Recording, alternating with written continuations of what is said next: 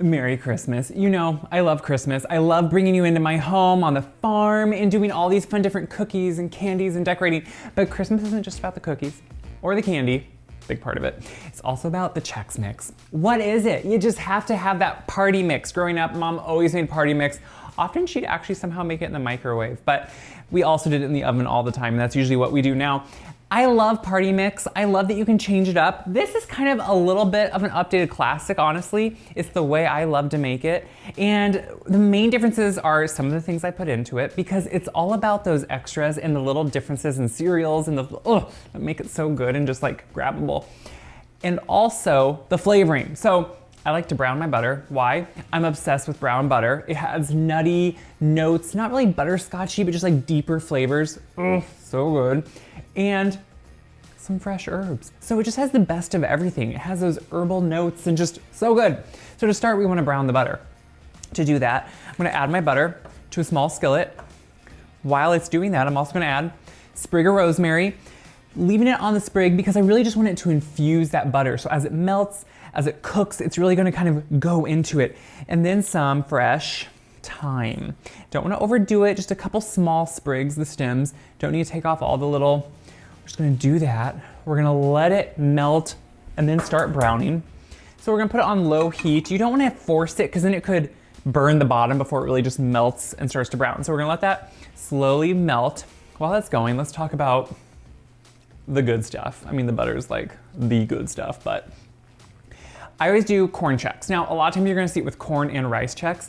Rice Chex are not near as sturdy. I like the sturdiness of corn. I only do corn. I feel like my grandma was the queen of party mix. She would always make party mix and keep it exactly as she always did. I kind of update mine, but she always put Wheat Chex in it. I love that wheat cereal. And it has a little bit more, it's more sturdy again. Obviously, it has kind of a wheaty flavor too, and I just like that. Along with that, you're gonna notice in here, Oat Squares. I love Oat Squares. They were my favorite cereal. And they kind of have a mapley sweet flavor. Love that. I love the sweet, salty play here. And these just kind of like are delicious. I love to put it in there. These were one of my sister and I's favorites. My mom would always put those in. And then Grandma loved pretzels and would do tons of stick pretzels. I wasn't ever the biggest pretzel fan. So I like to mix pretzels, sesame sticks, but if you can find them, garlic sesame sticks, just added flavor, why not? And then Grandma always did those fishy crackers, and always Parmesan flavored because the Parmesan's kind of neutral, so it can really soak in all these other flavors. I'm gonna put that in there. I mean, look at all that good stuff. It's just, and what's fun? You can make this however you want it and what your family loves. For a while, I didn't even put in pretzels, but I'm reverting back a little bit to nostalgia, putting some pretzels in. Then nuts. Grandma, Mom, only peanuts. I love peanuts, don't get me wrong, but to kind of class it up, we're getting classy in here, folks. We are adding, I like mixed nuts, and I like the fancy big ones. I think, you know, especially around the holidays, especially around Christmas, having that extra little just like added touch is just fun. It's really festive. Maybe not this year, but usually you're gonna have lots of people over and you're gonna have bowls of this around your house, maybe during a big family gathering or one of your Christmas parties. So it's just nice to add some different things that kind of elevate it, make it seem different than the usual year-round type. So that's all mixed together. My butter, you can see, is starting to melt. As it's melting, I'm just gonna make sure those herbs are right there in the butter. We're gonna keep letting this melt, and then we're gonna let it brown, and I'll show you that step, and then we're just gonna move on. So you can see the butter is really starting to cook. This is what always happens at first. It starts foaming and cooking. What I love is when it's cooking and bubbling, it's really cooking those herbs. So it's starting to draw out those essential oils in them, which I can smell, and I love that. So you're getting that good buttery, herby smell. There's nothing wrong with that. I'm gonna keep letting it work, and you keep letting it cook until all at once you kind of notice the sound of the bubbling fades away a little bit, the foaming starts to subside, and you start seeing these browned edges and brown bottom. So I'll show you when it's done, but just kind of getting it on low heat so it just slowly, evenly cooks. I'm turning the burner off because you can see now the bubbling has subsided, and around the edges here you see all these browned, beautiful bits, and you smell it. Like if you were here, which I'm sorry, you're here, but just not like here. You would smell this nuttiness. That's what I love. That's the brown butter. That's doing its magic. So the herbs, I can smell them so well. I'm not gonna necessarily throw them out yet. I'm gonna actually just set them over in here for a second because we're gonna now flavor this even further. It's kind of the fun part. So into that, we're putting some Worcestershire sauce. How do you say it? I'm sure I'm gonna get comments saying that's not how you say it. I say Worcestershire. Worcestershire? Worcestershire? It's Worcestershire. I say it right. So we're gonna put it in that, which it just gives you that instant flavor that I think it's iconic with any party mix. So I'm gonna throw that in there. Now, because we browned the butter, we're getting that reaction. It's totally fine. To that, I'm gonna add, again, these are ones I feel like they're underutilized anymore. It's garlic powder and onion powder. Growing up, that's all we used, and that's still all I use because it just has that perfect flavor. And I don't know if you're like me, I feel like it's so bizarre how they are one of the only ones, for some reason, no matter how new they are or old, they cake up so bad, and I hate that about them. But anyway, we're gonna also add in the onion powder. And the reason I really do like the powders here, they add such a good kick without it being overpowering, because otherwise you just don't even really notice it. Putting those in, and then seasoned salt. I mean, it's a thing, you guys, and you have to put it in there, and it's just good, and you need that salty kick, and it has those other flavors. You just put it in. It smells good. It really does.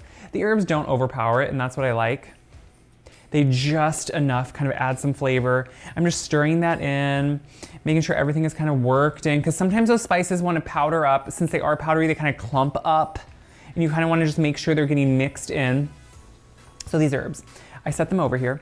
They're cooked actually slightly, but just so they infuse a little bit further. Do you see how they just flake off? You see that? I can just flake them off just to show you. I'm gonna flake that off right into here, and you can kind of just crunch it up, which I like. You can kind of just break it right up into there. I'm gonna do the same with the thyme. Oh yeah. You're pretty much kind of frying it. So if you ever had like fried sage or something like that, it's that same idea. I'm just gonna mix that herb in there.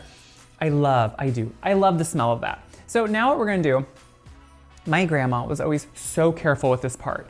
She would slowly pour over some of it. Because if you just dump all this in, cereal, what does it do? It's porous, it soaks in what you're putting on. So if you just dump it all in, it's gonna really soak in strongly to some of it and not get throughout. So I drizzle a little bit on, I stir it really well, and now I'm gonna drizzle some more on and then keep stirring and drizzling, because that's how you make sure to get a good even coating on all of it, as opposed to just a couple of the sections. Because no. When people come over, when I give this away, I want everyone to flavor and taste it and really have a good experience. That's the point. So I'm gonna keep drizzling, I'm gonna keep stirring, and then we're gonna put it in the oven.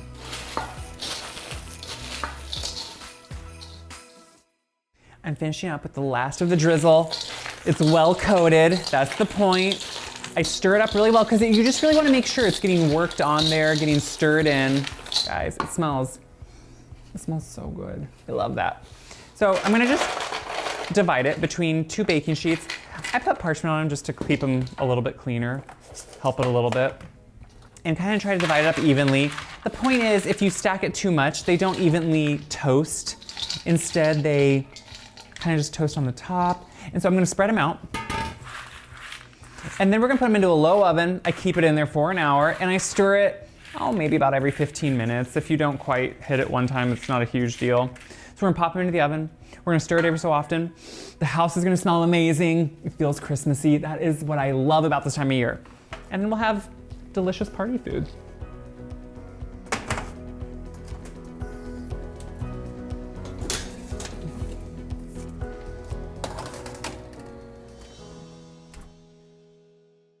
So every so often, we need to take them out. And then I always switch racks when I put them back too. But you just want to stir it around because, they still kind of stack on top of each other. And you want to make sure that they're evenly toasting. So we're just going to mix it, kind of bring those edges into the middle, stir it over a little bit, put them back out. It's not rocket science here, but just nicely move it and stir it. And then pop them back in the oven. A little bit more, we'll be done. Guys, it already smells amazing. And then we can eat. Well, they really should cool down, but you know what I mean. Here it is.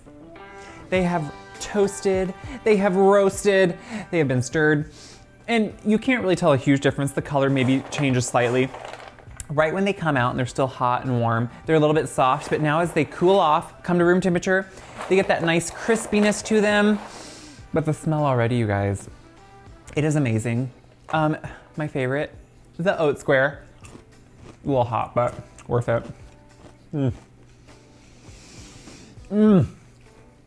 It's that herby, buttery, sweet, salty.